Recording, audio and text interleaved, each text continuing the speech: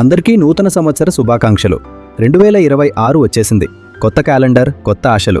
కానీ మన సాయిబాబా ఎప్పుడూ చెప్పేది ఒక్కటే, కాలం ఏదైనా, పరిస్థితి ఏదైనా నీ నీడలా నేనుంటానని. ఈ ఏడాది మనం పరిగెత్తడం కంటే ఆయన మీద నమ్మకంతో నిలకడగా ఉండడం నేర్చుకుందాం. బాబా 2 నాణేలు అడిగేవారు, శ్రద్ధ మరియు సబూరి. ఈ 2026లో మీకు ఏదైనా ఆలస్యమవుతుంటే కంగారు పడకండి.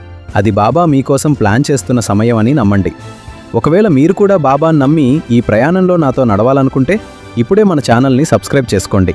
అలాగే ఈ ఏడాది బాబా ఆశీస్సులు మీకు తోడుండాలని కోరుకుంటూ కింద కమెంట్లో ఓం సాయిరామ్ అని రాయండి.